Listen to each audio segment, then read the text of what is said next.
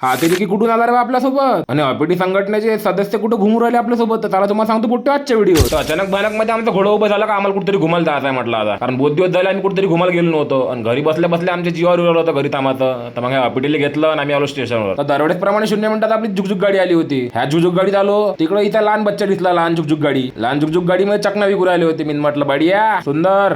तर धरणाचे गेट सोडल्याच्या पाणी रेल्वेच्या पुलाचे पप्पी घुरालं होतं आणि वातावरण एक नंबर चोखत आलं होतं. तर ह्या वातावरणाचा पुरेपूर फायदा घेत आपल्या माती खायला पार तणावरून दिली. तळाल झोपला भोसुईचा. घुमाले जाऊन जाणार कुठं हे तुम्हाला बी माहित आहे. आम्ही आलो नागपूरले. ह्या दोघांचे पेपर होते. मी काय तर घुमा झालो होतो. मला कोणते काम नसले तर मी येत असतो कुत्रे मारायला इकडे. असं पोट्टे असते मी कोणते अपेटी काम करणार नाही असं होईन काय. बसलो मग एक्सप्लोर दोघे जण.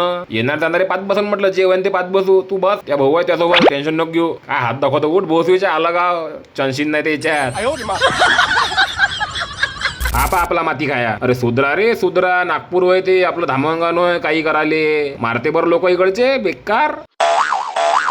तर यायले थंडी हवा खात मेट्रोन आणलं घराकडं. संध्याकाळच्या पारी निघाव म्हटलं बाहेर जासाठी घुमासाठी. तर बहीणमा हे गाडी तरात दूर राहिली होती. या गाडीत पेट्रोल कमी पाणीच जास्त होतं. मग आपला माती खाया खोलखाल करायला लागला. मी म्हटलं भाऊ पाय तर तोडून नको टाकू आपली नोय. तसा आपला माती खाया ऑलराऊंडर आहे. सबन काम जमते माझ्या भावाले फक्त अभ्यास सोडून. मग गाडीच्या नाया कुचक काचक करून निघालो आम्ही ताजुद्दीन बाबाला जायसाठी. हा माती खाया बा अबे हेल्मेट होय बे ते टोपी नोय बताल्या. मग बढियापैकी पोहोचलो आम्ही ताजुद्दीन बाबाच्या मंदिरात. गाडी दिल्ली पार्क करून आम्ही आलो मंदिरात. बढियापैकी नमस्कार वगैरे केला दर्शन वगैरे केलं. मग भेटला आम्हाला मस्तपैकी प्रसाद घेतला आणि आम्ही निघालो बाहेर.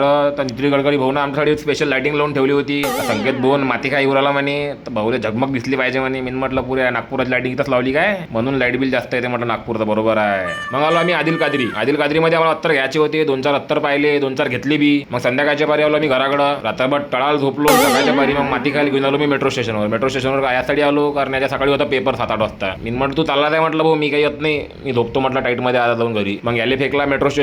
तिथं मशीनची आंघोळ चालू होती. धुद्या करू भाऊ आपले प्रेशर तेवढा होता. मी म्हटलं मरते मशीन होते खतम आज. तर दुपारच्या पायरी माती काय घरी आला होता पेपर देऊन. तर मग बढियापैकी बासुनी तापली दोघांना. टाईट मध्ये जेवण केलं आणि मग सौरभ भाऊन दिला आम्हाला मेट्रो स्टेशन सोडून. मेट्रो घेतली 500 स्पीडनं पोहोचलो आम्ही डायरेक्ट अजनीला घेतलं पाणी आणि इकडे आलो आम्ही रेल्वेत. काहीच गर्दी नव्हती वहिनमा इथं रेल्वेनं. मग आम्ही 0 मिनिटात पोहोचलो धामोंगावले. येता लागला आम्हाला बहुत बेकार पाणी. धामोंगावले पोहोचलो. तुषार भाऊ आले आम्हाला घ्यायले. घरी आलो 2-4 गोष्टी ऐकल्या घरच्या सोबत आणि मी चाललो होता घराकडं. तर त्याला भेटू पुढच्या व्हिडिओ. तोपर्यंत फॉलो करायला विसरू नका. हंबा हंबा रंबा रंबा कंबा कंबा.